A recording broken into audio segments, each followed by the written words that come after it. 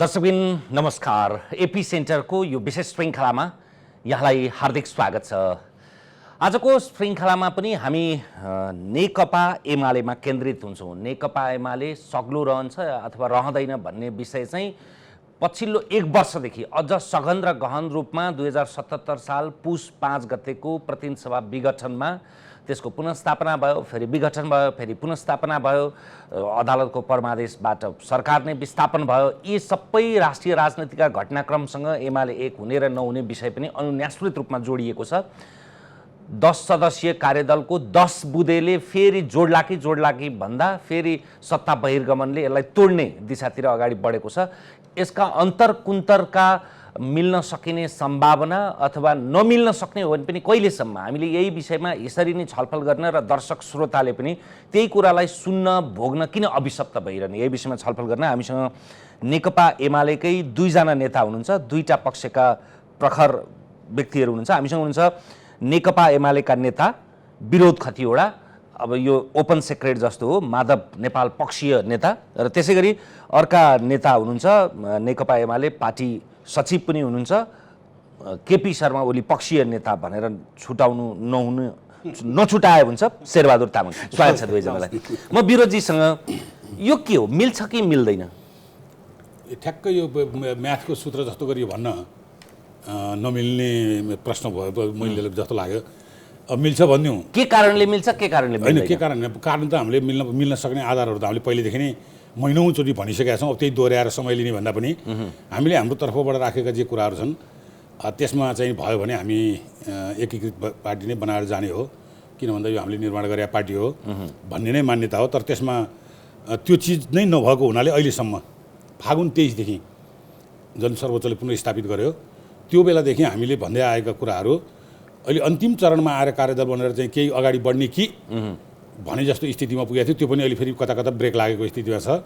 त्यसले गर्दा मिल्छ या मिल्दैन भन्नेको ठ्याक्कै भन्ने भन्दा पनि राजनीतिमा अप्रत्याशित रूपले मिलेको खबर आयो भने अनौठो त होइन, त्यस्तै गरी अप्रत्याशित रूपबाट चाहिँ नि फुटेको खबर आयो भने पनि आश्चर्य होइन। अहिले तपाईँलाई सजिलो भाषामा भन्दा अहिले त यो के भन्छ दोधारमा छ भन्दा हुन्छ। अझ पर्सेन्टेज बढिराख्ने हो भने नमिल्नेपट्टि पर्सेन्ट बढ्दै गएको देखिरहेको छु।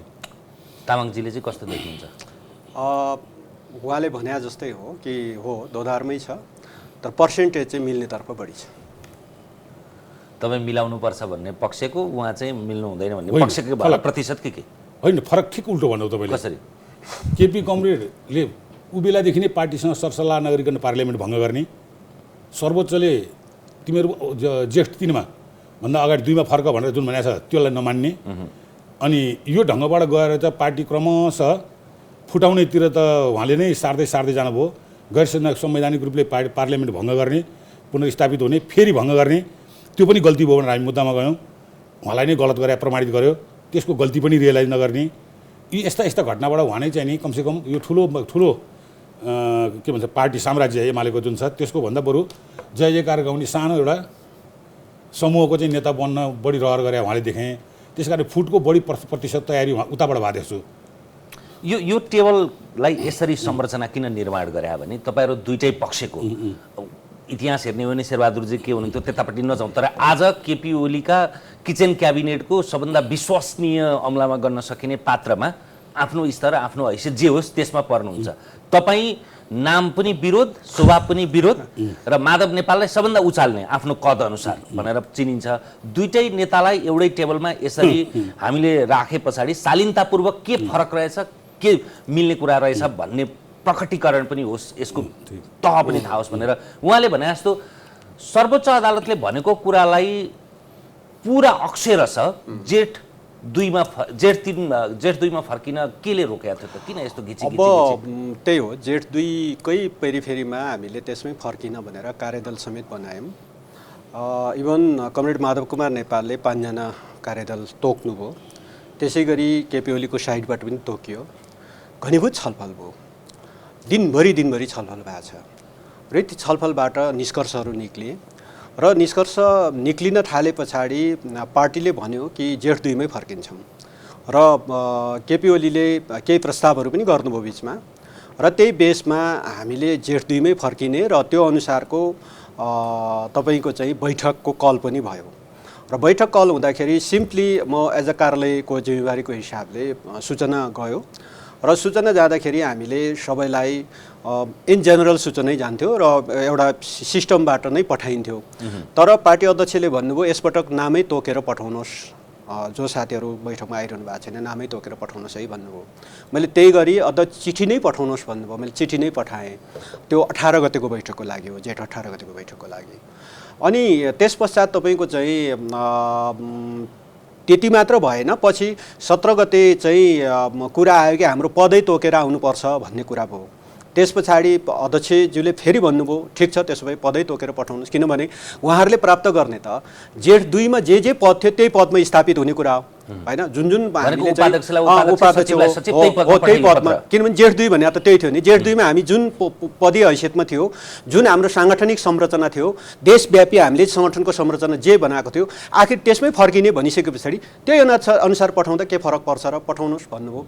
त्यही चाहिँ मैले 17 गते राति चाहिँ सबै चाहिँ चिठीहरू बनाएर इमेल गरिएको छ, इमेल नहुनेलाई भाइबर गरिएको छ, व्हाट्सएपमा पठाइएको छ, हरेक हिसाबले जसरी पनि मेसेज समाचार पुगोस् कि बैठकको सूचना पुगोस् भन्ने हिसाबले। 18 गतेको बैठक पनि उपस्थित भएन हैन, त्यति गर्दा पनि भएन। त्यसपछि तपाईँको चाहिँ हो कार्यदलले अझ घनीभूत रूपमा छलफल गरिरहेकै थियो र म चाहिँ तपाईँले अघि नै जुन भन्नुभयो अलि नजिक रहेर काम गरेको भनेर जसरी भनिराख्नु भएको छ कि हामी हरेक विषयमा त छलफल त हुन्छ। छलफल क्रममा उहाँको कन्भर्सेसन मैले के पाएको छु भने पार्टीको रिङबाट कोही पनि बाहिर नपरोस् है, त्यो हिसाबले छलफल गर्नुहोस् भनेर कार्यदलका सदस्यहरूलाई उहाँले भनिराख्नु भएको थियो कि कोही पनि पार्टी रिङभन्दा बाहिर नपरोस्, कि जुन विषयमा तपाईँहरूले छलफल गरेर एउटा निचोड निकाल्नुहुन्छ त्यो निचोडको पक्षमा म उभिन्छु। मैले हेर्नु पनि पर्दैन, किनभने पार्टी एकताको लागि त्यो चाहिँ म चाहिँ त्यो कार्यदलले तयार गर्छ भने त्यो हेर्दा पनि हेर्दिनँ, म त्यसको पक्षमा उभिन्छु। उहाँले यसरी चाहिँ आफूलाई तयार गरिराख्नु भयो, व्यक्त गरिराख्नु भएको थियो। र हो कहिलेकाहीँका अभिव्यक्तिहरूको कारणले विरोधीहरूले कहिलेकाहीँ यसो भन्नुभयो उसो भन्नुभयो भन्ने अभिव्यक्तिहरूको आउला। जस्तो बालकोटमा गए पछाडिको अभिव्यक्तिको पनि चर्चा भएको छ अहिले।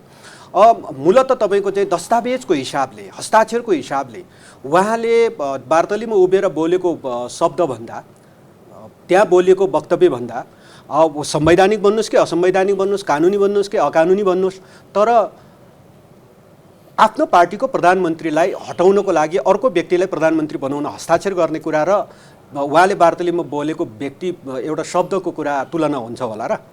त्यसो भएको कारणले यद्यपि त्यो सबै चिजलाई बिर्सेर पनि पार्टीलाई एक ठाउँमा उभ्याउनुपर्छ भनेरै फेरि आज तपाईँको चाहिँ बैठकहरू बसिरहेको छ, निरन्तर बैठकहरू डाकिरहेको छ र पार्टीको चाहिँ अब तपाईँको चाहिँ खास गरी दलको बैठकहरू डाकिएको छ। यी बैठकहरूमा उपस्थित हुने, आफ्ना कुराहरू त्यही राख्ने र 10 बुँदे प्रस्तावलाई, जुन पार्टी एकता सम्बन्धी प्रस्तावलाई अब आधिकारिक फोरम, हामीले एउटा अर्को छुट्टै फोरम त बनायौँ नि, कार्यदल बनायौँ, कार्यदलको फोरममा छलफल गऱ्यौँ। फोरमको छलफलले निष्कर्ष निकालेर 10 बुँदेमा हस्ताक्षर गरेपछि हो त्यो 10 बुँदे त पार्टी स्थायी कमिटीमा प्रवेश गर्नु पर्यो होला हैन, प्रवेश गरे पछाडि त्यही छलफल हुने होला। त्यसैले आधिकारिक चाहिँ पार्टीको वैधानिक फोरममा अब छलफल गर्ने विधि हामीसँग बाँकी छ। त्यो विधिमा सहभागी भएर छलफल गर्न थाले पछाडि अरू तपसिलका कुरा मिल्दै जान्छन्, किनभने हामीले पार्टी मिलाउने सम्बन्धी यतिको तहमा हामी आइसकेपछि बिग्रिसक्यो। किनभने नेकपा एमाले बालुवाटारबाट केपी ओली निस्क्या होइन नि त, केपी ओली मात्र निस्क्या होइन, नेकपा एमाले निस्क्यो नि। सिंहदरबारको प्रधानमन्त्रीको कुर्सीबाट एमाले बाहिर गयो नि होइन। त्यो त पार्टी एज अ पार्टीको हिसाबले सोच्दाखेरि त पार्टीलाई त नोक्सान भयो त्यो कुरा। यति त्यति तहमा गइसकेर पनि फेरि पनि अब यो सबै चिजलाई थाँती राखेर मिल्नुपर्छ, मिलाउनुपर्छ भनेर 10 बुँदेको बेसमा त्यसलाई स्थायी कमिटीमा प्रवेश गराउने, त्यसले त्यो स्थायी कमिटीले त्यसको ग्रहण गर्ने, त्यस पछाडि त्यो बेसमा गएर पार्टी एकता अगाडि बढ्दाखेरि एकता सम्भव छ भन्ने देख्छु म। हो, मैले टिपोट गरेन, मैले 2-3 कुरा भन्नुपर्ने। एउटा फागुन 23 गतेको निर्णयपछि जेठ 2 मा स्वतः हिँड्न पर्ने, स्वतः यसलाई कसरी प्रोपोगन्डा गरियो भन्दा माधव नेपालको मागको रूपबाट जेठ 2 मा फर्काउनु पर्ने माधव नेपालको माग, यो अदालतले निर्णय गरेको कारणले स्वतः हिँड्न पर्ने होइन, माधव नेपालको माग जेठ 2 गते फर्किनु पर्ने। हेर्नुहोस् है, त्यसलाई त अटेर गरेर फागुन 23 चाहिँ 23 वैशाख 23 गर्दै उहाँ अटेर गर्दै फर्किनु भएन। हेर्नुहोस्, र अर्को एउटा फैसला आयो ज्वालाहरूको हकमा, त्यसले राष्ट्रिय आयोजक कमिटीलाई मान्दिन भन्यो। अब लेटर प्याडै नचल्ने भयो, संवेदना र शुभकामना पनि दिन नपाइने भयो। 10औं राष्ट्रिय सम्मेलन आयोजक कमिटीलाई मान्दिन, अदालतले वा कानुनले नेकपा एमालेलाई चिन्छ, दल सम्बन्धी ऐनले त्यो आयोजक कमिटीलाई चिन्दिन भनेपछि त अब त न संवेदना दिन पाइयो, न बधाई दिन पाइयो, न लेटर प्याडमा औपचारिक वक्तव्य जारी गर्न पाइयो। त्यो बाध्यतामा पुगेपछि बल्ल जेठ 2 मा फर्किने कुरो आयो र त्यसलाई के भनियो भन्दा माधव नेपालको माग पुरा गरियास। त्यो अदालतको आदेशले स्वतः बाध्य भएर न्युरिमुन्टी नभएर फर्किने स्थिति भयो। जसरी पकडे पनि नाक त पकडियो। मैले नियत भन्न खोजेँ। अनि फागुन 23 देखि फागुन 23, चैत 23, वैशाख 23, जेठ 23, असार 23 यसले राष्ट्रव्यापी कति क्षति गर्यो। फागुन 23 बाट उहाँले जुन फागुन 28 गते एउटा बैठक राख्नुभयो, त्यो बैठकबाट उहाँले जे निर्णय गर्नुभयो हामीलाई खबर नगरिकन, फागुन मैले अरू बैठकमा खबर गरेको छैन मैले भने फेरि यो कुरो बुझ्नु होला। फागुन 28 को बैठकबाट हामीलाई खबर नगरिकन जे निर्णय गर्नुभयो त्यसपछि चाहिँ नि यो अर्को कुरो के भनियो बाहिर भन्दाखेरि भने उहाँले भने भाषा ठिक छ, पुनर्स्थापित भएपछि त पद स्वतः पुनर्स्थापित भइहाल्यो भन्ने कुरो, त्यसलाई पनि बाहिर अब उहाँले भन्नुभयो भन्दिनँ म। कसरी प्रचार गरियो भन्दा माधव नेपाललाई वरिष्ठ नेता फिर्ता गरिदिइहालेछ, भीमरावलाई उपाध्यक्ष फिर्ता गरिदिइहालेछ। त्यो चाहिँ कस्तो भन्दा एकदम उदारतापूर्वक दान गरे जस्तो। जेठ 2 मा वरिष्ठ पनि फिर्ता गरिदिएछ। त्यो त स्वतः उहाँहरूको अधिकारकै कुरो हो। त्यो हामीले खोजेको त पार्टीभित्र विवाद भएका अन्य चिजहरू मिलाउने कुरो। अनि तपाईँले रूप पक्षमा बढी जानुभएको, सारमा त ढिलो भए पनि त आउनुभयो, तपाईँकै शब्दमा निरुक्ति नभएर आउनुभयो। अब आउनु त भएर छ त। सुन्नु न, मैले भन्नु खोजेको चाहिँ नि अनि अर्को पार्ट चाहिँ अहिले के आएको भन्नु कुरो भने आफ्नो प्रधानमन्त्रीलाई हटाएर अर्कोको प्रधानमन्त्रीलाई लिएर हिँड्या भन्ने कुरो हो त। एकदम यो झुटो गलत कुरो हो। कसरी? जेठ 6 गते डेट याद गर्नु, जेठ 6 गते मेरो प्रधानमन्त्रीले म सक्दिनँ, मसँग विश्वासको मत छैन, म थाकेँ, मलाई भोट आउँदैन, त्यसैले 46-4 को प्रक्रियामा म विश्वासको मत लिन जान्न, किनकि म पाउन्न। 76-4 म पाउन्न, म सक्दिनँ, मसँग छैन भनेर के मुखले होइन लेखेर राष्ट्रपतिलाई जेठ 6 गते दिनुभयो। जेठ 7 गते दिउँसो 2-3 बजेसम्म तपाईँहरूसँग मिडियासँग सम्पादक मलाई लोभ छैन, लालच छैन, अब यो थकित गलित भएँ म, त्यसैले मैले लिखित गरेर मार्ग प्रशस्त गर्दैछु भनेर कहिले भन्नुभयो? जेठ 7 गते भन्नुभयो। 6 गते लेखेर दिनुभयो, 7 गते भन्नुभयो। अब 7 गते हामी राष्ट्रपति कहाँ चाहिँ यो संसद भङ्ग गरेको कुरो जसरी पुष्पाचको विरुद्धमा हामी गएको थियौँ, यो संविधान सम्मत छैन भनेर हामी कहिले गयौँ? 7 गते। कसलाई लिएर गयौँ? यो भङ्ग गर्ने ठिक छ भन्ने पक्ष बाहेक, अर्थात् केपी ओली बाहेक, यसलाई ठिक छ भन्ने समूह बाहेक अरू जो यो चाहिँ संविधान विपरीत छ भने त्यो समूहलाई बोकेर हामी राष्ट्रपति कहिले गयौँ? 7 गते। 7 गते हामी राष्ट्रपति कहाँ गयौँ? मेरो प्रधानमन्त्रीले छोडेपछि म सक्दिनँ, चाहिँदैन, हुँदैन, मबाट सम्भव छैन भनेर 6 गते उहाँले हात उठाएपछि म 7 गते चाहिँ बोकेर गएको पार्लियामेन्ट पुनर्स्थापित गर्नलाई। त्यो पुनर्स्थापित गर्न के चाहियो? प्रधानमन्त्री चाहियो। 146 जना लिएर हामी गयौँ र त्यो अदालतले प्रमाणित गरेर उठायो भने त्यस कारण के भन्नुहुन्छ भने आफ्नो प्रधानमन्त्रीकोलाई नगरेर अर्को बोकेर हिँड्यो होइन, मेरो प्रधानमन्त्रीले छोडेपछि हात उठाएपछि संसद पुनर्स्थापना हात उठाएको किन भन्दा त्यो पनि त फेरि त्यसको एक स्टेप अगाडि जाउँ, किनभने वैशाख 27 गते पनि छ। विरोधजीलाई म सम्झाउन चाहन्छु, वैशाख 27 गते तपाईँको प्रधानमन्त्री केपी शर्मा ओली, तपाईँ नेकपा एमालेको संसदीय दलको सदस्य केपी शर्मा ओली प्रधानमन्त्री हुनुहुन्छ। उहाँले विश्वासको मत लिनलाई आह्वान गर्नुभयो, तपाईँ अनुपस्थित हुनुभयो, विश्वासको मत दिनु भएन। नदिएपछि हुन्छ के? त्यसैले अब यो परिस्थिति सिर्जना भएपछि स्थिति त त्यसरी त्यहाँबाट तन्किँदै गयो। त्यति बेला तपाईँ अनुपस्थित नभएर 121 जना हो नि एमालेको संसदीय दलको सदस्य, तपाईँ उपस्थित भएर भोट हाल्दाखेरि अब महन्तजीहरूको 15 भोट जोडिन्थ्यो। त्यति बेला ठ्याक्कै उहाँहरू भोट हाल्न भनेर तयारी थियो। जब एमालेका केही साथीहरू अनुपस्थित हुन्छन् भनेपछि उहाँहरूले नोभोट गर्नुभयो, नत्र भने उहाँहरू समेत गएर 136 शानदारको बहुमत 136 नेकपा एमालेको त्यति बेलै हुन्थ्यो। र यो परिस्थिति, यो पछिल्लो परिस्थितिको व्याख्या गर्नै पर्दैन थियो त। यस कारणले उस कारणले भनेर जोडजाड गर्दै अनि अर्को विपक्षी दलको नेतालाई हस्ताक्षर गर्दै जानुपर्ने परिस्थिति नै आउँदैन थियो नि। त्यो परिस्थिति आउने बेलासम्म त उहाँहरू नै कारक बन्नुभयो होइन र? अब जेठबाट उहाँले मलाई वैशाख 27, अब वैशाख 27 बाट म फागुन 28 मा लान्छु। त्यो त अघि गइसक्यो। होइन जस्तो जेठकोलाई परिपूर्ति गरेर उहाँ वैशाख 27 मा आउनुभयो। वैशाख 27 किन भयो भन्नलाई मलाई फागुन 28 मा जानु पर्यो।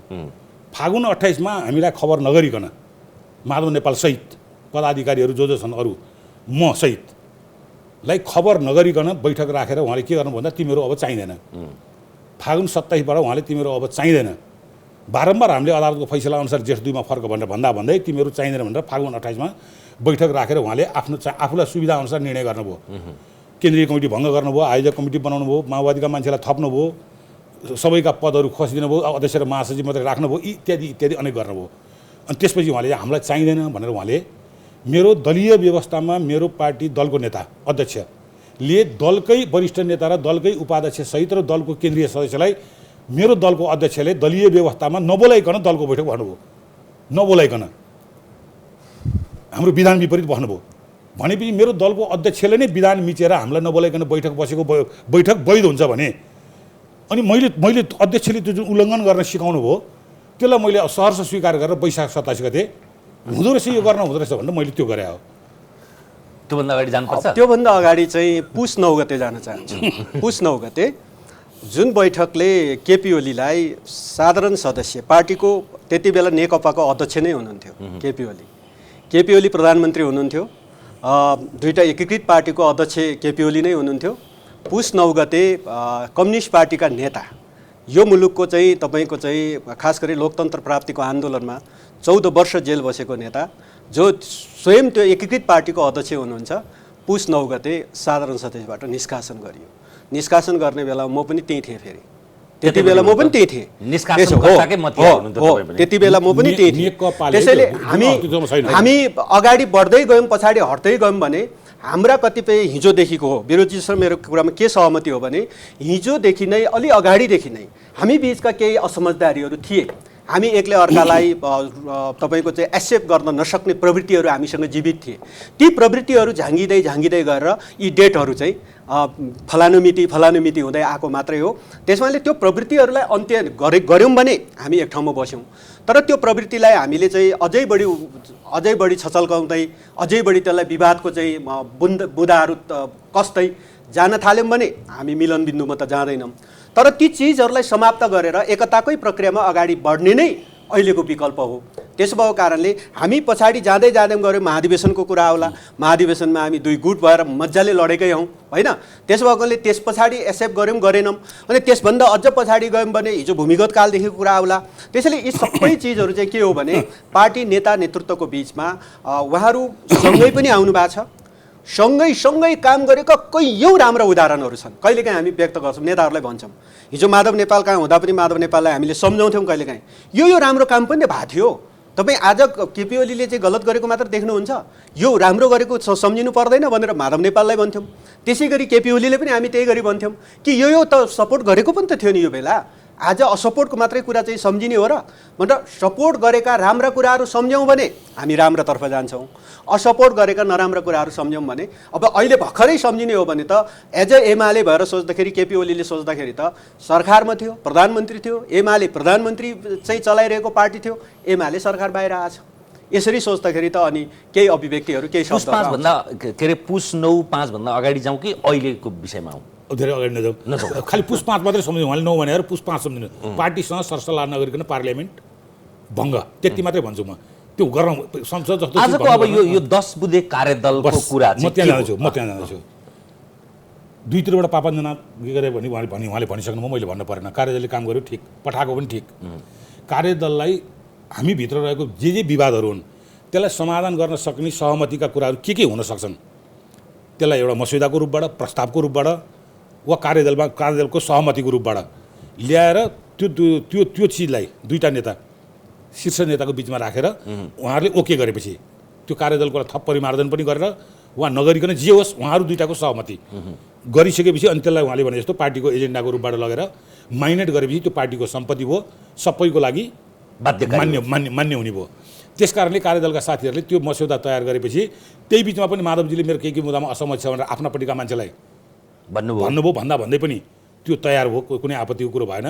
अब केपीपट्टिको साथीहरूले के भन्नुभयो मलाई थाहा हुने कुरो भएन, त्यसमा मेरो केही कुरा मान्य छैन भनेर के माधवले त्यही दिन राति बोल्नुभयो।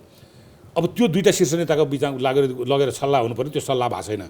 त्यो सल्लाह नभइकनै आज स्थायी कमिटीको बैठक बस्दैछ।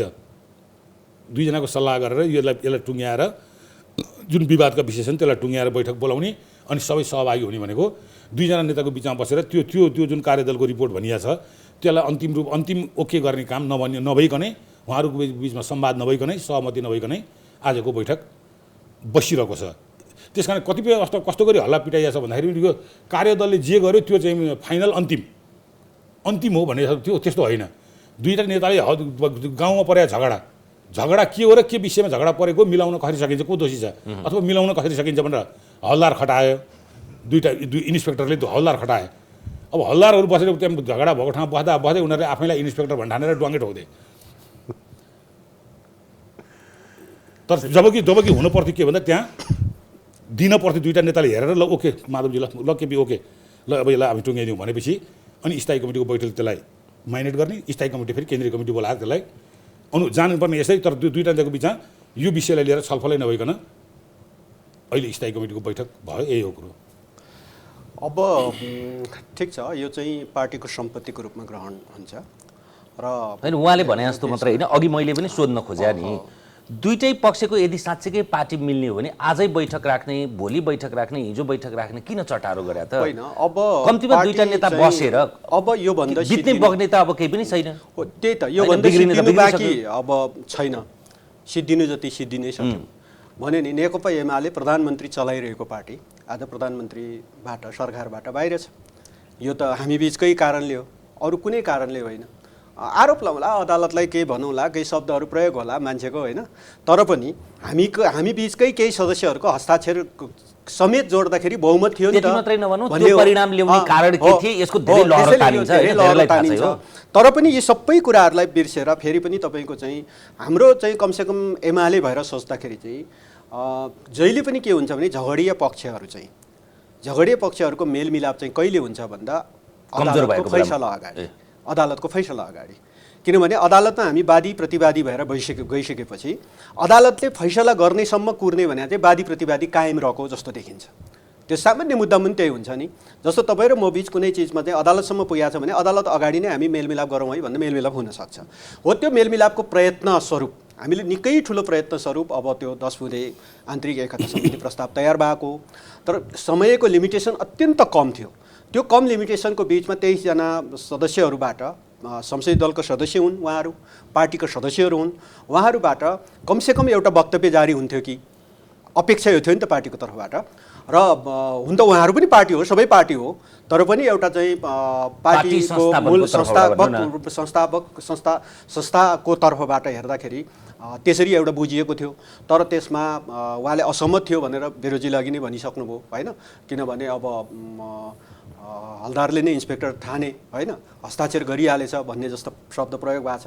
त्यसैले तर पनि त्यो पार्टी एकताको लागि जे ठाने पनि, त्यो तपाईँको चाहिँ सिपाही ठाने पनि होइन, अथवा आफूलाई एकदम म कमान्डर ठाने पनि, तर पार्टी एकताको लागि गरिएको प्रस्ताव नै हो र त्यो प्रस्तावलाई पार्टीले अन गर्छ, लिनुपर्छ र सबै सदस्यहरू हो। कतिपय सन्दर्भमा भनौँ न, यो कार्यदलको एकजना सदस्य सुभाष नेमाङले भन्नुभएको छ भेट कहिले हुन्छ नेताहरूको भनेपछि अब एकता भएपछि दिनदिनै भेट हुन्छ, दिनदिनै सल्लाह हुन्छ भनेर उहाँले एउटा अभिव्यक्ति दिनुभएको थियो। अनि अब दिनदिनै भेट, दिनदिनै सल्लाह हुने दिन आउँदैछ, त्यो तर्फ जानु पर्यो हामी। तर अब अहिले त्यो प्राविधिक कतिपय कुराहरूलाई राखेर चाहिँ मूल रूपमा अब मिल्ने हो भनिसकेपछि अङ्कमाल गरिसकेपछि सक्यो। प्राविधिक कुरा पनि त मिलाउने त फलेको हो। त्यसैले प्राविधिक कुराहरू मिलाउनलाई कतिपय सन्दर्भमा प्राविधिक कुराले मात्र अड्को थापेर बस्ने कुरा चाहिँ राम्रो हुँदैन, तर सैद्धान्तिक रूपमा हामी मिल्नु पर्दछ, मिल्छौँ भन्ने कुरा नै मुख्य कुरा हो। जस्तो अब हिजो राखिएको स्थायी कमिटीको बैठकमा माधवजीहरू आउनु भएन, त्यो बैठक नराखेको भए त झन् दरार त बढ्दैन थियो नि त। आउँथ्यो कि आउँदैन थियो, फेरि हिजो राखिएन, आज राखे आउँछ कि आउँदैन, भोलि राखे आउँछ कि आउँदैन, पर्सि राखे। विरोधीले भन्नुभयो कि त्यो कार्यदलका 10 जना सदस्यहरू एकमत हुनुभयो, भलै त्यहाँ तपाईँको रघुजी पन्तजीको हस्ताक्षर छैन, बिरामी भएर अनुपस्थित भए भन्नुभएको थियो, त्यो ठिकै छ भनेर भन्ने प्रतिक्रिया दिनुभएको छ भने एक हप्ता अथवा कम्तीमा माधव नेपाल र केपी ओलीले त्यो 10 बुँदेमा पनि के प्राविधिक कुरा मिलेन त, मिलाउनपट्टि जाने हुन्छ, त्यो गर्दा हुन्छ नि त।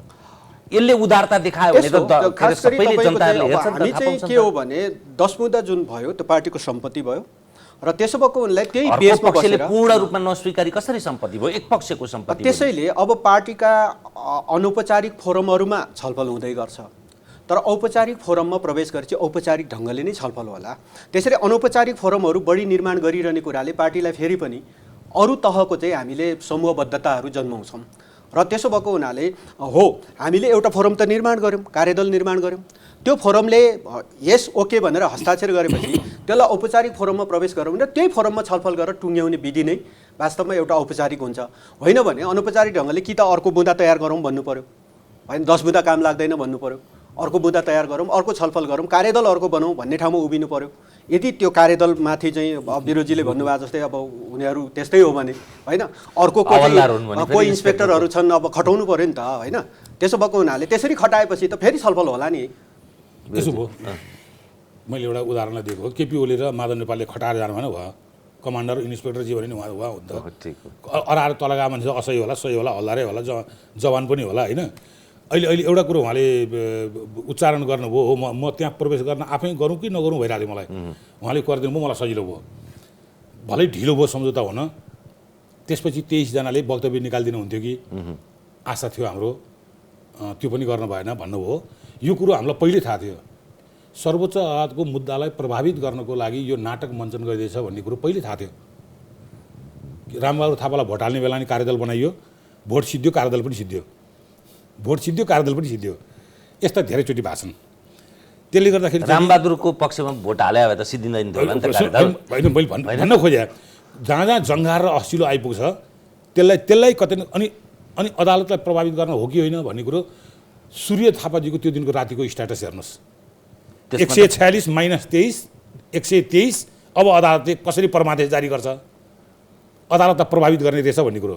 ईश्वर पोखरेलजीको फैसला पछिको हिजो अस्तिको हेर्नुहोस्, एकदम ढिलो भयो। बाइ द वे यही कुरो 3-4 दिन अगाडि भएको भए अदालतको अहिलेको जस्तो फैसला आउँदैन थियो।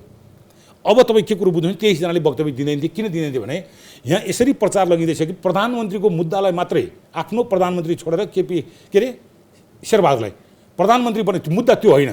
हामी अदालत रिट गएको संसद पुनर्स्थापनाको लागि गएको, यसलाई एकदम छायामा पारिएको छ। संसद पुनर्स्थापनाको लागि त्यो रिट हार्ने भने यो संसद पुनर्स्थापना गर्ने, पुनर्स्थापना हार्थ्यो। योभन्दा अब मेरो आशय बुझ्नुभयो नि, बुझेँ। अब यही आशयमा त्यो फिर्ता लिने भने संसद पुनर्स्थापना संसद पुनर्स्थापना भइसक्यो होइन। भइसके पछाडि अब 1 महिनामा विश्वासको मत आर्जन गर्नुपर्छ। तपाईँले अघि स्पष्ट भन्नुभएको छ कि हाम्रो पार्टी अध्यक्ष केपी ओली नै हो, अलिअलि प्राविधिक कुरा मिल्न छन्, सारमा कुरा मिल्छ, अलि उदारता देखाउनुपर्छ भने दुईजना भन्नु पर्यो हो भने अब 1 महिना पछाडिको शेरबहादुर देउवाले विश्वासको मत आर्जन गरिरहँदा संसद त बचाउने थियो। तपाईँहरूको आशय त शेरबहादुरलाई प्रधानमन्त्री बनाउने होइन, त्यो त आवश्यकता हो, मूल त संसद हो। अब त्यसो भए यो बचिसक्यो संसद भने शेरबहादुर देउवालाई विश्वासको मत दिनुहुन्छ कि दिनुहुन्न? त्यो अस्ति हामीले रिटमै लेखेका छौँ, कृपया तपाईँले ध्यान दिनु होला। होइन फेरि सोधे भन्दैछु म, परिवर्तित परिस्थितिमा संसद पुनर्स्थापना मात्रै लेखेका छैनौँ, संसदले सरकार दिनुन्जेल सरकार पाउन पर्ने कुरो पनि अघिल्लै फैसलाले बोलेको त्यो पनि लेखेका छौँ। र संसदले पूर्ण कार्यकाल काम गर्न पाउनुपर्छ र संविधान बमोजिम अध्यावधिक चुनावमा जानुपर्छ। यो बिचबिचा संसद विघटन ठिक छैन, संवैधानिक पनि छैन। त्यस कारणले संसद पूर्ण कार्यकाल चल्नुपर्छ भन्ने शब्द हामीले त्यो रिटमा लेखेका छौँ। त्यो पूर्ण कार्यकाल चल्नुपर्छ भनेर रिटमा हामी गएको छौँ भनेपछि अहिले त 75% मात्रै कार्य पुरा भयो। यो कोर्स पुरा भएकै छैन भन्ने कुरो त त्यो रिटको शब्दले देखायो नि। त्यसो भए त तपाईँहरूलाई संसद मात्रै होइन शेरबहादुर देउवा पनि प्यारो रहेछ। होइन, संसद पूर्णकाल चाहिएको हामीलाई, शेरबहादुर होइन नि। शेरबहादुरजी एकछिनलाई तपाईँले सोधिहाल्नुभयो, यदि अहिले तपाईँले हामीले मतदान नगर्ने भनेको केपी कमरेडले भङ्ग गरेर जुन मङ्सिरमा चुनाव गरेर भन्नुभएको छ, अहिले भोट नहाल्ने भने मङ्सिरमै चुनाव हुने हो। अहिले असार साउन होइन, भदौ असोज कार्तिक मङ्सिरमै चुनाव हुने हो, पुस माघमा हुँदैन, 6 महिनाभित्र गर्नुपर्छ। अनि केपी कमरेडलाई हटाएर हामीले शेरबहादुर कमरेडलाई ल्याएको त होइन नि त, त्यतिको लागि मात्रै यो गरे होइन। यो त संसदलाई बचाउने, संविधान बचाउने, लोकतन्त्र बचाउने मुद्दासँग गाँसिएको, संसद पूर्ण कार्य चलाउनेसँग गाँसिएको, संसद बारम्बार भङ्ग गर्न पाइँदैन कसैको चाहिँ नि इच्छा हुँदैमा वा पार्टीभित्रको अनेकौँ जलन कुण्ठा होला, त्यो कारणले संसदमा हान्न पाइँदैन भनेर संसद पूर्णकाल चल्नुपर्ने कुरो हामीले रिटमा लेखेका छौँ। त्यसले तपाईँ फेरि शेरबहादुरलाई बचाउने कुरोमा लानुभयो, त्यो होइन। संसद पूर्णकालका कार्यकाल बचाउनको लागि हामीले मुद्दा गरेको हुनाले त्यो मुद्दाको कोर्स पुरा भएको छैन। शेरबहादुर तामाङलाई बचाए त हुन्थ्यो, शेरबहादुर देउवालाई बचाउनु भयो तामाङजी। अब त्यही हो, खास गरी पार्टीभित्र दलीय शासन व्यवस्थामा संविधान कानुन त्यही अनुसारको हुन्छ। दल सम्बन्धी कानुनहरू पनि छ र दलका विधानहरू हुन्छ, त्यो कानुन सर नै लागू हुन्छन् र एउटै दलभित्र बसेर त्यो दलको विपक्षी मत गर्न पाइँदैन। यद्यपि अहिले संसद पुनर्स्थापनाको बेला देउबालाई सायद बहुमत पुगोस् भनेरै होला कि अब व्हिपका कुराहरूमा केही अदालतले पनि बोलिदिएको छ। त्यसो हुँदा अब सोही दलमा बसेर सोही दलले गरेका निर्णय वा फैसलाहरूको विपक्षमा सोही दलका संसदीय दलका सदस्यहरू सम्भवतः अहिलेको प्रचलित कानुन र यो हामीले ल्याएको लोकतन्त्रमा उभिन मिल्दैन र त्यो चाहिँ त्यसलाई फेरि हामी बहुमत दिन्छौँ त्यहाँ भोट हाल्छौँ भन्ने कुरा चाहिँ प्रकारान्तरले म त्यो दलमा रहन्न भन्ने नै कुरा हो र त्यसो गर्नुहुन्न। किनभने उहाँहरू नेकपा एमालेको संसदीय दलकै सदस्य हुन्। नेकपा एमालेकै म्यानिफेस्टो, त्यसको घोषणापत्र, त्यसको चुनाव चिन्हबाट निर्वाचन जितिसके पछाडि अरूले जेसुकै गरून्, तर कमसेकम अब विरोधीहरू जो नेकपा एमालेको लामो हिस्ट्री भएका साथीहरू, माधव नेपाल जो यो एमालेलाई बोकेरै आएका साथीहरू होइन, हाम्रा नेताहरू हुन्, यो खालको डिसिजनमा पुग्नुहुन्छ जस्तो मलाई लाग्दैन। किनभने त्यो पुग्न पनि मिल्दैन र पुग्ने भने चाहिँ फेरि पनि अब केपी ओलीले कारवाही गरिरहनु परेन। त्यो चाहिँ विधान कानुन अनुसारै प्रक्रियाहरू अगाडि बढ्छन्। त्यसैले त्यस्ता कानुन वा का विधानहरू चाहिँ क्रियाशील हुने स्थितिमा नपुगौँ। किनभने हामीले पार्टीलाई एकताबद्धै बनाउने कुरा हो र पार्टीले फेरि आधिकारिक रूपमा पार्टीभित्र, पार्टी फोरमभित्र जस्तो माधव नेपालको दृष्टिकोण रह्यो, किनभने अथवा विरोधीको दृष्टिकोण रह्यो कि यो पार्टी मात्र होइन, यो अहिलेको चाहिँ यो उसलाई बचाउने, यो अहिलेको चाहिँ त पार्लियामेन्टलाई बचाउने हो भने होइन, ठिकै छ नि त। एमालेभित्र अब उहाँहरू रहनुहुन्छ, उहाँहरूले एमालेमा प्रस्ताव गर्नुहुन्छ, त्यो प्रस्ताव उप एमालेमा छलफल होला, छलफल गरेर पार्टीले आधिकारिक निर्णय गर्ला नि त। ल अहिले चाहिँ किन 23 जना मात्रै जान्छ? किन 23 जना जाने? पार्टीले आधिकारिक निर्णय गर्ला। तर पार्टीको आधिकारिक निर्णय बेगर तपाईँको चाहिँ कोही कतै कोही उभिने हो भने त त्यो त तपाईँ पार्टीगत निर्णय त हुँदैन, व्यक्तिगत निर्णय हुन्छ। राम्रो कुरा हो त होइन, त्यसो होइन। किन यहाँ त समस्या नै कहाँनिर परेको भन्नुहुन्छ? समस्या नै कहाँनिर पऱ्यो भन्नुहुन्छ भने पार्टी अध्यक्ष भइदिनु भएन। म जसरी पार्टी सदस्य, केन्द्रीय सदस्य छु, मेरो पार्टी अध्यक्षले मलाई हेर्दा चाहिँ नि त्यसरी हेरिदिनु भने एउटा बाउले आफ्नो सन्तानलाई जसरी बराबरी हेर्न पर्ने हो त्यसरी नहेर्नु, पार्टी अध्यक्ष जस्तो भइदिनु भएन। गुट हेरिदिनु भयो, गुट नितान्त गुट। त्यसले गर्दाखेरि पार्टीमा एक किसिमको मनमुटाव र के भन्छ दूरी बढ्दै गए। कयौँ सैद्धान्तिक पक्ष होलान्, कयौँ व्यवहारिक होलान्, कयौँ प्राविधिक होलान्, कयौँ व्यवहारका कुरा पनि होलान्। हो, यो स्थिति भयो। त्यसले प्रधानमन्त्री जस्तो भइदिनु भएन। होइन, अघि हामीले भन्दैछौँ नि मिल्ने कसरतमा छ, मिल्छ, मिल्नुपर्छ भनेर यो सार्वजनिक खपतका लागि मात्रै भनेको होइन भने त्यस्तो अवस्थामा ल ठिक छ, त्यो 10 बुँदेलाई पनि तलमाथि गरेर दुईटै शीर्ष नेताहरूको सहमति पनि भयो भने त्यति बेला पनि देउबालाई नै विश्वासको मत दिने त। पहिले त्यो कोर्स पुरा गरौँ न। पहिले त्यो कोर्स पुरा आउने सम्भाविततिर नजाउँ नि। जे अहिले सामुन्य छ, कार्यदलले बनाएको दस्तावेज छँदैछ, त्यसलाई आधार मानौँ भन्नुहोस्, त्यसलाई प्रस्ताव मानौँ, त्यसलाई मस्यौदा मानौँ, जे मानौँ, त्यसलाई मानेर अहिले भएको द्वन्द्व त एक दिनमा जन्मेको द्वन्द्व होइन नि, यत्रो अवधिको द्वन्द्व त आखिर यस नो भन्ने त दुईजना नै हो नि।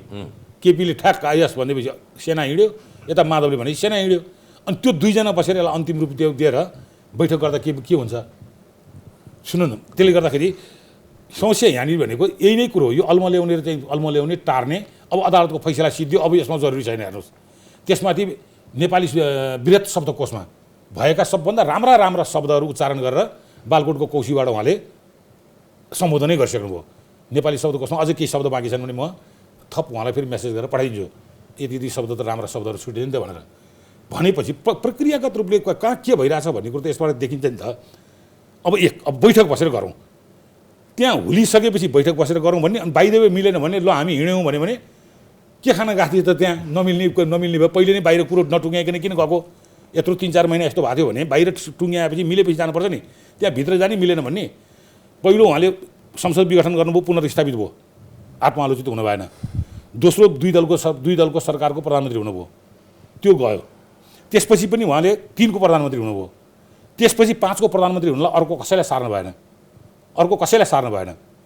मलाई विश्वास छैन पनि भन्नुभयो, तर आफ्नै पार्टीका अरू साथीहरूलाई विश्वास छ कि भनेर सार्न भएन।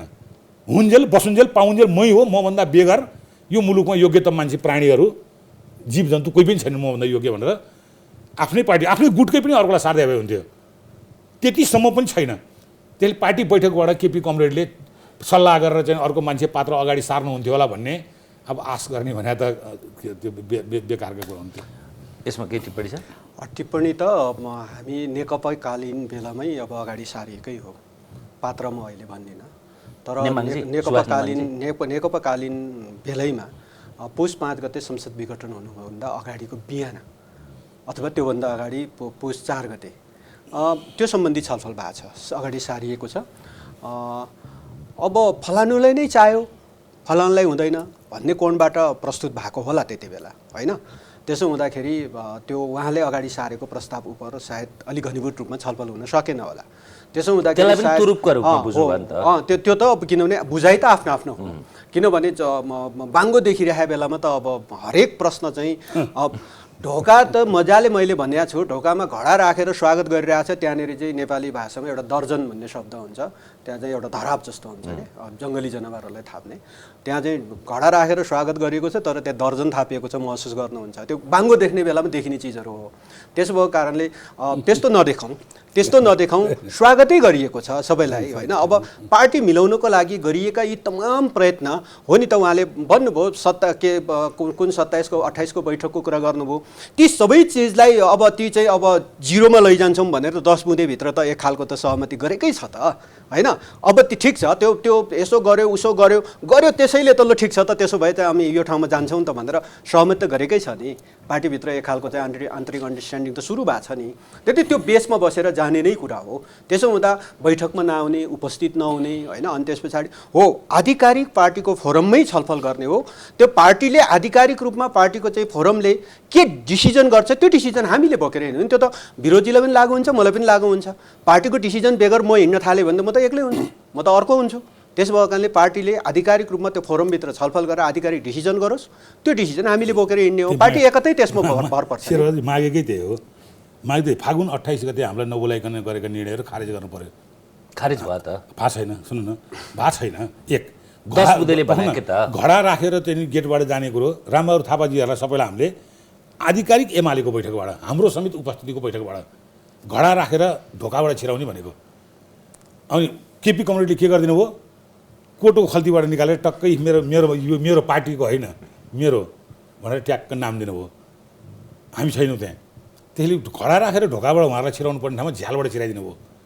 पार्टी बैठकबाट छिराए भए, एमालेको बैठकबाट छिराए भए त्यो ढोकाबाट छिरायो हुन्थ्यो। कोटो खल्तीबाट ट्याक्क निकालेर चाहिँ नि निजी पुँजी त आजीवन मेरो पछ्याउ उभिने शर्तमा भनेर ट्याक्क ल्याएर चाहिँ झ्यालबाट छिराउनु भयो। त्यसले हामी ढोकाबाट हिँडौँ, विधिबाट हिँडौँ, बैठकबाट निर्णय गरौँ, छलफल गरौँ, आलोचना गरौँ, आत्मालोचना गरौँ, सुझाव लिउँ, छलफल गरौँ, निस्केको निष्कर्ष बोकेर हिँडौँ। फागुन 23 गते अदालतले पुनर्स्थापना गरिदिएपछि यदि 28 गते हामी समेतलाई बोलाएर बैठक गरिदिएको भए यो 4 महिना तपाईँले यो अन्तर्वार्ता पनि लिन पाउनुहुन्थेन, कतै केही हुँदै न संसद विघटन हुन्थ्यो, न पुनर्स्थापित हुन्थ्यो, न शेरबहादुर प्रधान केही पनि हुँदैन थियो भने फागुन 28 गते बैठकमा पहिलो बैठकै हामी नेकपाबाट फुटेर आएपछि अदालतले भनेअनुसारको पहिलो बैठक 28 गते ट्याक्क हामी सबैलाई निम्तो गरेर हामी जान्थ्यौँ। त्यो बैठकबाट प्रक्रिया अनुसार छलफल हुन्थ्यो, जे निर्णय हुन्थ्यो, अलिअलि असहमतिका कुरा थियो भने अर्को बैठकमा गएर टुङ्गिन्थ्यो। हेर्नुहोस् यत्रो यो देशैभरि रणाको रुवावासी हेर्नुहोस्, प्रदेश हेर्नुहोस्, यो घटनाले के तपाईँले एमाले मात्रै भन्नुभएको छ, अदालत प्रभावित भएको छ, संवैधानिक निकाय प्रभावित भएको छ, 7वटा प्रदेश हेर्नुहोस्। हाम्रो केपी कमरेडले पार्टीले संसद भङ्ग गरेर के अरे स्थगित गरेर अध्यादेशबाट बजेट ल्याउनु भयो। अहिले 7 प्रदेश हाम्रो केपी कमरेडले जस्तै गर्नु पर्दैन, रात भङ्ग गर्दै अध्यादेशबाट बजेट ल्याउँदैछन्। हेर्नुहोस् कस्तो हो, कतिवटा सरकार हाम्रो गइसक्यो, कतिवटा जाने क्रममा छ। हेर्नुहोस् है, कहाँ मात्रै यसको असर गरेन। निकाल्ने र अदालतबाट पुनर्स्थापना हुने होड चलिरहेछ, कसलाई निकाल्ने कसरी स्थापित हुने, यो सबै कहाँबाट जन्मियो भन्नुहुन्छ भने एमाले भित्रको पनि केपी कमरेडका गतिविधिबाट सिङ्गो देश तहस नहस भयो भन्छु म। त्यो पुरानो कुरा धेरै समीक्षा गरियो। अब यो 10 बुँदेमा चाहिँ तपाईँहरूकै तर्फबाट हस्ताक्षर गर्ने 5 जना के त गद्दार भन्ने त कसले भनेको? मैले यसलाई मानेको यसभित्रका केही बुँदामा संशोधन गर्नुपर्ने छ। आज छलफल गर्दा के उहाँहरू 10 जनाले त्यही भन्नुभएको छ। केपी कमरेडलाई दिँदाखेरि पनि, माधवजीलाई दिँदाखेरि पनि, माधव कमरेडलाई दिँदाखेरि पनि उहाँहरूले के भन्नुभएको छ, यो हामीले यो ल्यायौँ, अब तपाईँहरू उच्च तहको नेताहरू 2 जना बसेर यसलाई परामर्श गरेर टुङ्ग्याउनुहोस्, अनि बैठक बोलाएर यसलाई टुङ्ग्याउँ भनेको त्यो परामर्श भएको छैन, बैठक चलिरहेछ। त्यो परामर्शको लागि कार्यदलका सदस्यहरूले आफ्नो दायित्व पुरा गर्नुभएको छ। माधव नेपाललाई कोटेश्वरमा लगेर पनि त्यो 10 बुँदा आधिकारिक रूपमा बुझाइएको छ र नेकपा एमालेका अध्यक्ष केपी शर्मा ओलीलाई पनि उहाँहरूले कार्यदलको तर्फबाट आधिकारिक रूपमा त्यो हस्तान्तरण गरेको छ र त्यो उप आफ्नै केही असहमति छन् भने अब ठिक छ, छलफल गरेर अगाडि बढ्न सकिन्छ अथवा आधिकारिक पार्टीका चाहिँ फोरममा बैठकमा भाग लिएर यी चिजहरू सच्याउँ, यी चिजहरू अगाडि बढौँ भनेर प्रस्ताव गर्न सकिन्थ्यो होला। कार्यदलका सदस्य साथीहरूले पनि त ती बैठकहरूमा आफ्ना कुराहरू राख्नु होला। यो परिस्थितिमा हामीले यी बुँदाहरू तयार गरेका हौँ भनेर उहाँहरूले आफ्नो क्लियरिफिकेसन दिनु होला। त्यो बेसमा बसेर नेताहरू दुईजना बसेर यसलाई फाइनल गर्न के कारणले गरे? रामबहादुर थापा के थापा तपाईँकै हाम्रो यहाँको संस्थापक मालिक रामेश्वर थापा, रामेश्वरजी कहाँ गरे नि बस्ने भएको छ, मेरिट होटलमा नि बस्ने भएको छ। जब कार्यदलले पहिलोचोटि 10वटा बुँदासहित प्रथम पटक औपचारिक तयार गरेको दस्तावेज हामीसँग छ, दुईजना चाहिँ बसेर चाहिँ हुन्छ बसेर गफ गर्छौँ भन्न चाहिँ किन नसक्यो भने म यो बुझिरहेको छैन कुरो। त्यसपछि अनि पार्टी बैठकमा जाने अनि तपाईँले भने अरू सबै कुरोमा सुधार्दै गर्दै गर्दै गर्दै जाने। तर यो कुरो चाहिँ नि यत्रो विवाद भएर यत्रो आकार लिइसकेर के भने ऐजेरू भए जस्तो के जस्तो ऐठन भए जस्तो भएको बेलामा दुईजना बसेर यसलाई टुङ्ग्याइदिने कुरो केमा छलफल गर्ने भन्ने कुरो आधार तयार भएको छ। त्यति दुईजना बसेर अनि बैठक बोलाउँदा दुईजना बसेर गर्ने भने हुन्छ भन्न नसक्यो भने विरोधजीलाई अलिअलि सम्झना गराउँछु म, किनभने यसपटक केपी ओलीकै तर्फबाट प्रयत्न भएको हो। कतिपय बैठकहरू उहाँहरू दुईजनाको मिलन पनि केपी ओलीकै प्रयत्न हो र केपी ओलीले आफैले पहल कदमी गरेर फोन पनि गर्नुभएको छ। माधव नेपालबाट गएको छैन फोन, केपी ओलीले नै फोन गर्नुभएको छ। होइन अब चाहिँ भने क्या, अब चाहिँ त्यो त सर्वोच्चको फैसला भन्दा अगाडिको कुरा भयो क्या, त्यस पछाडि चाहिँ किन अब जोगाउँ सकेसम्म भनेर प्रयत्न भएको हो होइन। अघि उहाँले सबै बिग्रियो भत्कियो भन्नु भने सकेसम्म जोगाउँ, किनभने पार्टीका नेताहरू पार्टीका कोही पनि अब कार्यकर्ताहरू पार्टीभन्दा बाहिर किन होस्, सबै जोगाउँ सबै जोग्यौँ, यो हिसाबले नै वास्तवमा प्रयत्न भएको हो। पार्टी अध्यक्षको तर्फबाट गर्नुपर्ने दायित्व र जिम्मेवारी मलाई लाग्छ जति हदसम्म उहाँले गर्नुपर्ने हो त्यो पुरा गर्नु। अब गर्नुहुन्न होइन, यद्यपि बार्दलीबाट जे भन्नुभयो माधव नेपाल बाहेक अरूलाई प्रश्न भन्न चाहन्छु। हेर्नुहोस्, मान्छे नै हो सबै होइन। हामी पार्टी नेकपा एमाले सरकारबाट बाहिरिएको छ, बाहिरिनु परेको अवस्था सिर्जना घाइते भाग भएको छ। त्यो अवस्थाको बिचमा तपाईँको चाहिँ त्यति केही शब्द बोल्ने, शब्दको पछि लाग्ने भन्दा पनि सायद त्यो बार्दलीबाट बोलिएको शब्द भन्दा तपाईँको चाहिँ प्रमाणित रूपमा अर्को पार्टीको लिडरलाई प्रधानमन्त्री बनाउने कुराको हस्ताक्षर धेरै गुणा तपाईँको चाहिँ बढी होला। होइन अब चाहिँ माधव नेपाल र केपी ओलीको छलफलको त्यही 10 बुँदेको जगमा गुन्जाइस छ कि छैन? किन नहुनु? यो त तपाईँको पार्टी मिलाउन अघि नै सुरुमै उहाँले विरोधीले भन्नुभयो नि, अब कुनै अप्रत्याशित तपाईँको चाहिँ अब मिलाउँ भन्ने कुरा आएछ भने कुनै अनौठो मान्नु पर्दैन होइन। अब मिलेनौँ हामी, अब अलग अलगै भयौँ, के गर्ने त भनेर छुट्टिएछ भने पनि कुनै अनौठो मान्नु भएन। किनभने हामी जुन तहसम्म हामी निस्किनु थियो त निस्किसक्यौँ, सरकारबाटै बाहिरिसक्यौँ। नेकपा एमाले बालुवाटारबाट त केपी ओली बाहिर निस्क्यो भने नेकपा एमाले बाहिर निस्किनु पर्यो हो नि, अच्छा पार्टीको हिसाबले सोच्दाखेरि। त्यसो भएले यो हदसम्मको त हामीले बेहोरी नै सक्यौँ। त्यसले अब बाँकी के छ? बाँकी रहेको चिजबाट सम्हालेर अगाडि बढ्ने हो, सङ्गठन निर्माण गर्ने हो। 10 बुँदेकै बेसमा पार्टीलाई चाहिँ एउटा व्यापकताका साथ तल तपाईँको चाहिँ पार्टीलाई समायोजन गर्दै जाने हो, पार्टीका चाहिँ कार्यकर्ताहरूलाई चाहिँ एकीकृत गर्दै जाने हो। अब सहमत हुन्छन् भन्ने लाग्छ सबै साथीहरू 10 बुँदामै। अब असहमतै भएछ भने के गर्नु त? रोएर बसेर त भएन त, पार्टी त बनाउनु पर्यो होइन। नेकपा एमाले जस्तो पार्टीलाई हामी फेरि उठाउँछौँ, फेरि बनाउँछौँ, जनताको बिचमा जान्छौँ। र अहिले भएका कैयौँ चिजहरू जस्तो अदालतका फैसला आयो, के आयो, यी सबै तमाम चिजको छिनोफानो त अन्तिममा जनताले मतद्वारा गर्ने होला होइन। भोलि नेकपा एमाले केपी ओलीकै नेतृत्वमा रहेको नेकपा एमाले शानदार ढङ्गले विजय प्राप्त गरेछ भने त यो बिचमा भएका सबै फैसलादेखि लिएर सबै त आखिर गलत रहेछ भन्ने प्रमाणित होला। आजै विरोधी र म यहाँ बसेर बहस गरेर गलत र सही भनेर किन छुट्याउनु पऱ्यो र होइन? हामीलाई लागेको तर्क प्रस्तुत गरे न हो, उहाँलाई लागेको गलत भन्ने लाग्यो, मलाई सही लाग्यो होइन। हामीलाई लागेको तर्क प्रस्तुत गर्ने हो। त्यो तर्कको बिचमा भोलि जनताले चाहिँ के फैसला गर्छन् भन्ने कुरो त जनता बाँकी नै छँदैछ। जनता त जनअदालत एउटा सशक्त सार्वभौम सत्ता सम्पन्न त नेपाली जनता हुन्। तर फैसला गर्नका लागि सग्लो एमाले उही चुनाव चिन्हमा सबै गोलबद्ध भएर लागेन। एउटा कुरा उहाँहरूलाई त अब अहिले कुन अवस्थामा भयो भने ओलीसँग यति उकुस मुकुस भयो, पछि मिल्ला 54बाट के अरे 58मा मिले जस्तो, तर 3-4 वर्ष पछाडि के अरे केही समय एउटा निर्वाचनमा चाहिँ दुईटैले सबक सिकौँ भन्ने अवस्थामा छ जस्तो लाग्छ। त्यही भएर त विप्लव प्रचण्डदेखि लिएर अर्को एउटा गठबन्धनको तयारीको गुन्जाइस। वाम गठबन्धनमा हामी प्रयत्नशीलै छौँ। हाम्रो एमाले हुँदा पनि थियौँ, अहिले पनि छौँ र सामान्य ओली बाहेकको गठबन्धन के गठबन्धन आउन सक्नुहुन्छ। एउटा के चरा हुन्छ अरे के भुरुन्डी के चरा, दुई टाउको भएको एउटा पेट भएको चरा हुन्छ अरे। अर्को टाउकोलाई साह्रै रिस उठ्यो, यसले मात्रै के गर्यो भनेर रिस उठ्यो अनि आफूले बिष खाइदियो, त्यसपछि सिङ्गै शरीर समाप्त भयो होइन। त्यस्तो त्यस्तो स्थितिमा पुगे जस्तो लाग्यो क्या माधवजीलाई, त्यस्तो लाग्यो केपी ओलीले माधव सिद्धाउने बिख खानु हो। राम्रो उदाहरण दिनुभयो, ठिक हो, त्यो ठिक हो।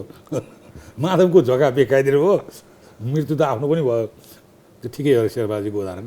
अब उदाहरण ठिक छ, तपाईँको व्याख्या त्यो होला। मैले वास्तवमा जस्तो भनौँ न, आफ्नो प्रधानमन्त्रीको रिसमा, केपी ओलीको रिसमा केपी ओलीले नहट्टै भएन, त्यो रिसमा त एमालेलाई समाप्त गर्ने ठाउँमा त ऊ लाग्नुभयो आएर होइन, त्यही भुरुन्डी चरा जस्तै हुनुभयो। त्यसैले हामी एमालेलाई सँगाल्छौँ। यति कुरा सत्य हो कि विरोधजी हामीहरू नेकपा एमालेको सूर्य चिन्है लिएर चुनावमा जान्छौँ, यसमा कुनै शङ्का नपाले हुन्छ। किनभने हामी अन्ततोगत तपाईँको चाहिँ हामीले निर्माण गरेको पार्टी हो नि। अब ठिक छ, असहमति होलान्, केपी ओलीसँग तपाईँका लाख असहमति होलान् होइन, माधव नेपालसँग केपी ओली पनि लाख असहमति होलान्। केपी ओली प्रवृत्ति, केपी ओलीको तौर तरिकासँग असहमत हो, व्यक्तिसँग असहमत हो, कुनै अर्थ चाहिँ व्यक्ति नै हो।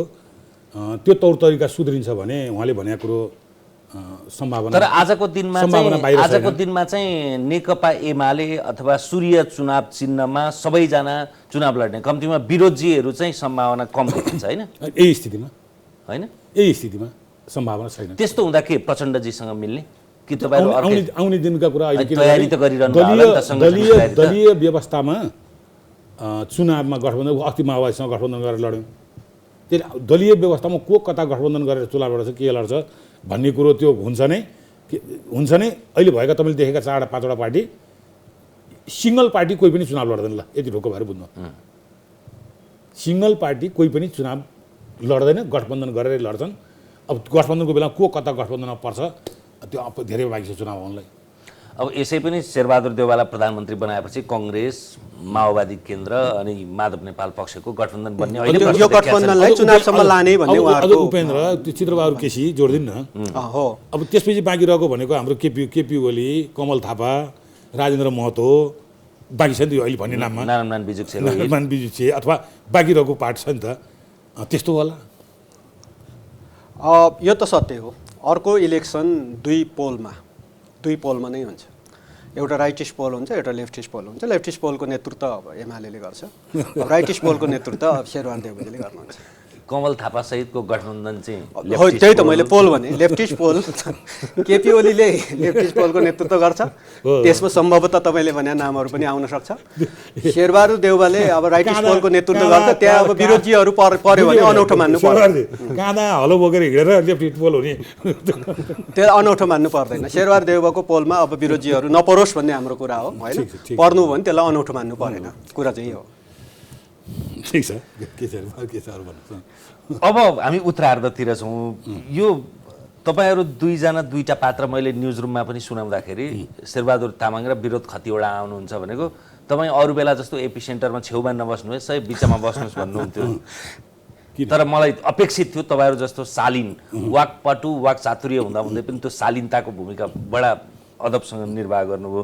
त्यो शालीनता सामूहिक रूपमा बैठक बसेर जसरी हामीले तेस्रो पक्षले बोलाउँदा चाहिँ आउन सक्नेले पार्टीको आधिकारिक फोरममा चाहिँ किन बस्न नसक्ने? यसो विवाद भइसकेपछि विवादको न्यूनतम एउटा आधार अहिले तपाईँले नै के भन्नुहुन्छ? आज म अहिले एकछिन मान्नुहोस् यो बैठकमा म गएँ, कल्पना गर्नुहोस्, त्यसपछि म बाहिर हल्ला गर्दै अथवा रुँदै कराउँदै मान्नुहोस् अथवा गुनासो गर्दै म निक्लेँ। त्यहाँ गएको केपीले कुरै सुनेन, यो कुरो मान्छु भने त्यो मानेन, झुक्याएर पो मलाई बोलायो, लौ न टिकाजी मेरो कुरा राख्नु, एकचोटि अन्तर्वार्तामा बोलाइदिनु पऱ्यो, हामीलाई त साह्रै नै धोका दियो भनेर। अनि अस्ति नैदेखि त्यत्रो धोका दिएको थियो त पहिले सबै कुरो नटुङ्गाइकन किन गयो भनेर तपाईँले मलाई सोध्नुहुन्छ। यत्रो विवाद भइसकेको थियो भने विवादित मुद्दाहरू नटुङ्गाइकन तपाईँहरू किन गयो भनेर तपाईँहरूले नै अथवा नागरिकले पनि हामीलाई लखड्छ। त्यस कारणले न्यूनतम विवादका विषय जस्तो यी 10वटा अहिले तपाईँले भने जस्तो कार्यदलले निकालेको, हामीले नै पठाएको मान्छेले बनाएको कार्यदलको, यसलाई ट्याक्का आधार मान्ने, दुईजना नेता बस्ने, ल यसमा यसो गरौँ भनेर टुङ्ग्यो भने अनि त्यसपछि स्थायी कमिटीको बैठक राखेर त्यसलाई माइनेट गरिदिएपछि त सबैको पुँजी भयो है। ल मिलेन भने कार्यदलले पेस गरेर बुँदामा पनि केपी र माधव सहमत हुन सकेनन् भनेर त्यही अनुसार बाहिर आउँछ। सिद्धो हामी जाउँ हिँडौँला अथवा अर्को कुनै केही गर्नुपर्छ कि सोचौँला। तर यसलाई अलपत्र छोडेर यो त चनाचरपट्टि पोको पार्ने कागज जस्तो भयो त, अलपत्र छोडिदियो। केपी कमिटीले पनि छोडिदियो, माधवले पनि छोडिदियो। माधवले त बोकेकै थिएन होइन त्यसको केही बुँदामा असहमति छ भने हो 10 वटा बुँदा थियो नि त्यहाँ बुँदा 10 वटा छ याद गर्नु होला 10 मा 5 मा असहमति होइन नि त माधवले त एउटा दुईटामा नै असहमति एक दुईवटा असहमति एक दुईवटा बुँदामा त्यही बित्तामा त दुईजना नेता बसेर छलफल गर्ने होइन अब केपीले त चित्त बुझाएको छ कि छैन त्यो पनि भन्नु भएन ल बुझ्या होस् नबुझ्या होस् दुईजना बसेर यसलाई टुङ्गो गर्दा चाहिँ के बिग्रिने ओलीलाई चित्त नबुझ्या भए त त्यसैलाई आधिकारिक रूपमा हिजो होइन कसरी प्रश्न सर्वोच्चको अदालतको फैसलाको प्रयोजनका लागि यो थियो भन्ने कुरो त ईश्वर पोखरेलले बोल्नुभयो सूर्य थापाजीले स्ट्याटस हाल्नुभयो तपाईकै त्यो शब्दमा फैसला सिद्धियो सिपाहीले हवलदारले बोल्नुको के अर्थ अझ एउटा नाम म भन्छु माधव पक्षको एउटा नाम भन्दिनँ म एउटा नेता पुग्नुभयो फैसलापछि भीम रावल खोइ म थाहा छैन मैले नाम एउटा पुग्नुभयो कमरेड म आएँ भनेर भने बेला ढल्केपछि आएर के मतलब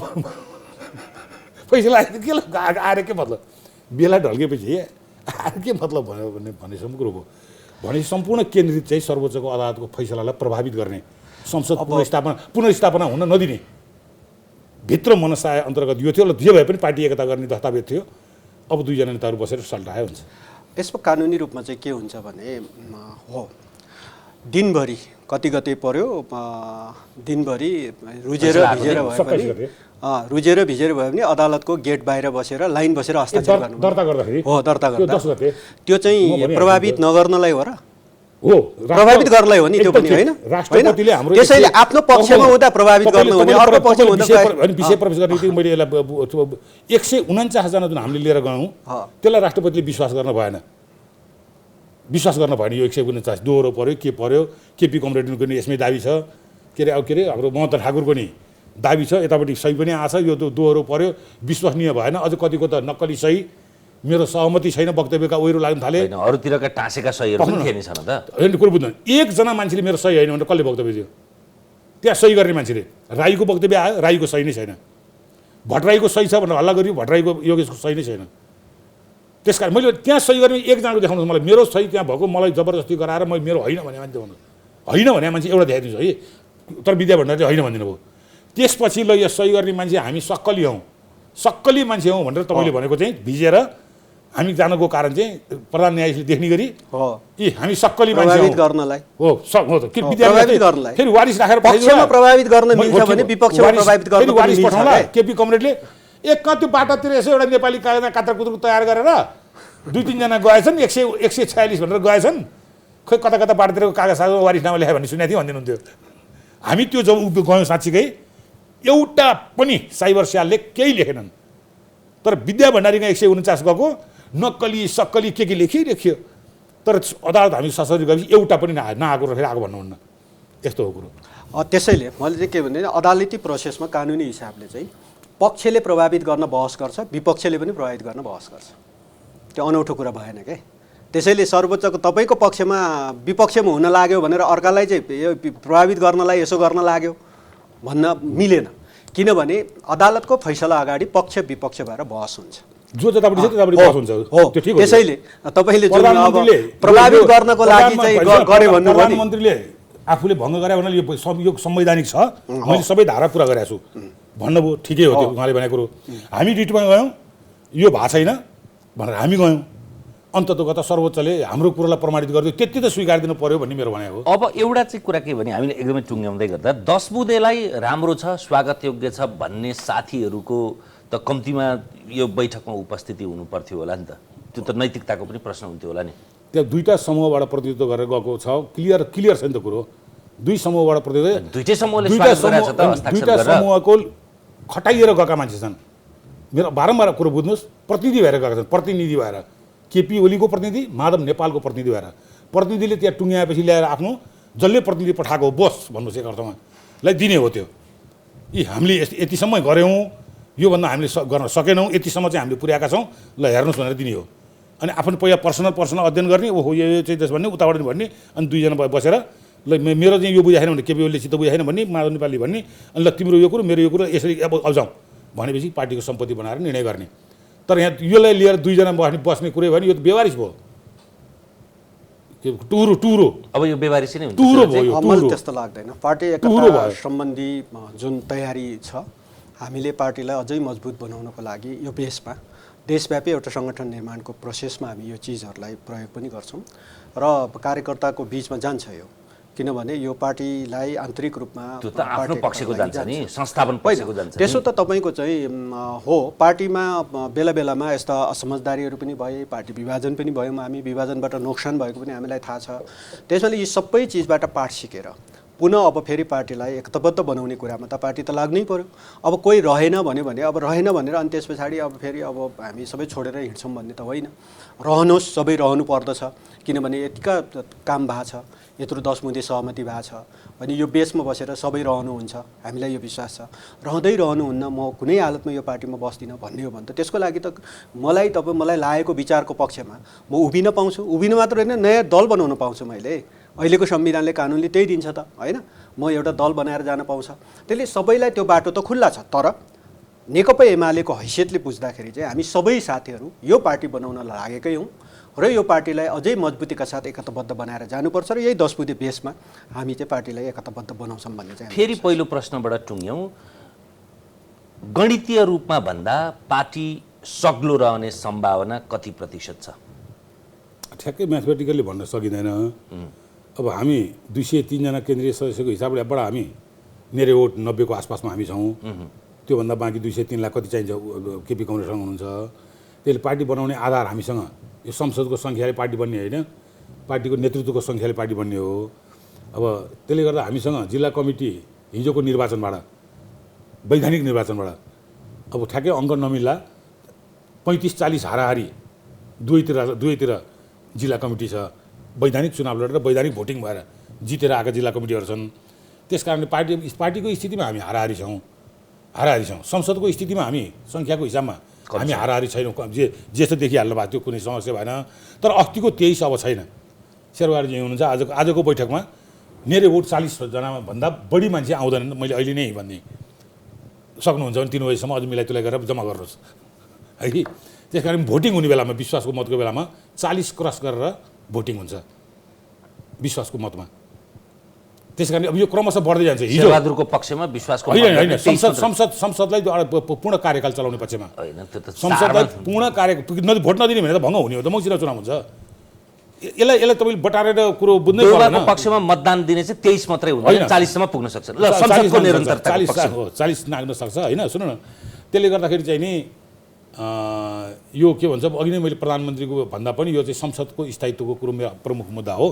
त्यसले के पार्टी अब आउँदो स्थितिमा के हुन्छ भनेर तपाईँले भन्नुभयो भने हाराहारीको स्थितिमा जान्छ। चुनावी पार्टीगत हिसाबको कुरोमा चाहिँ अहिलेको संसद सङ्ख्याको हिसाबमा हामी कमजोर अथवा त्यसलाई अति कमजोर भन्दा नि हो, जे शब्द युज गर्दा नि हो होइन। देखिने दृश्यमा 26, 25, 30, 23 देखिएको छ। यो बढ्ने क्रम हुन्छ। हिजोको हाम्रो प्रधानमन्त्रीज्यूको रापतापबाट छेकिएका, रोकिएका, लोभिएका त्यो अब तस्बिर क्लियर हुने बित्तिकै यो सङ्ख्या बढ्छ। मैले यहाँ किन भन्नु, आजकै दलको बैठकमा देखिन्छ, पर्सि 1 महिनाभित्र हुने मतदानमा देखिन्छ, क्रमशः देखिँदै जान्छ। भनेको यो पार्टी एक रहने जस्तो देखिएन। आफैले खटाएर बनाएको कार्यदलको के भन्छ दस्तावेजमा त छलफल गर्न तयार छैन भने चाहिँ कुरो सिद्धि गर्यो भने अब यो त उहाँले आफ्नो एजम्सन प्रस्तुत गर्नुभयो होइन। तर पार्टीको खास गरी तपाईँको चाहिँ यो दस्तावेज जुन तयार भएको छ, हामी यो बेसमा पार्टी निर्माण प्रोसेसलाई अगाडि बढाउँछौँ र पार्टीलाई एकताबद्धै राख्छौँ। र असहमत हुने साथीहरू अब कतिपय व्यक्तिगत टक्राउको हिसाबले नमिलेका मनहरू हो भने अङ्कमाल गर्न साथ मिलिहाल्छ। तर अरू पनि फेसोहरू लगाइएको छ, अरू विभिन्न फेसो लगाइन्छ। बाहिरबाट अलिक ठुलै घनहरूले ठोक्या छ भने त मिल्दैन, उहाँले भने जस्तै होइन, मिल्दैन। अब त्यसको पनि भोलि घनतिर जानु पनि म नि गनतिर जान्छु। त्यसैले अब पार्टी चाहिँ मन मात्रै नमिलेको हो, कार्यशैलीमा चाहिँ असहमत हो भने त के बित्यो र होइन, अङ्कमाल गरेपछि सकिहाल्ने विषय हो। त्यसैले अङ्कमाल गर्न सकिन्छ भन्ने नै हामीलाई चाहिँ विश्वास। समय र संवादका लागि धन्यवाद। हामीसँग हुनुहुन्थ्यो नेकपा एमालेका नेताद्वय विरोध खतिवडा र शेरबहादुर तामाङ। धेरै कुरा दुईटा पक्षका जुझारु नेताहरूको अभिव्यक्ति कहिलेकाहीँ रिडिङ बिट्विन द लाइन्स भन्छ, शब्दमा नभनिए पनि त्यसको सारले धेरै कुरा बताउँछ। एपी सेन्टरको विशेष श्रृङ्खला यति नै। हेर्दै रहनुहोला AP1। नमस्कार।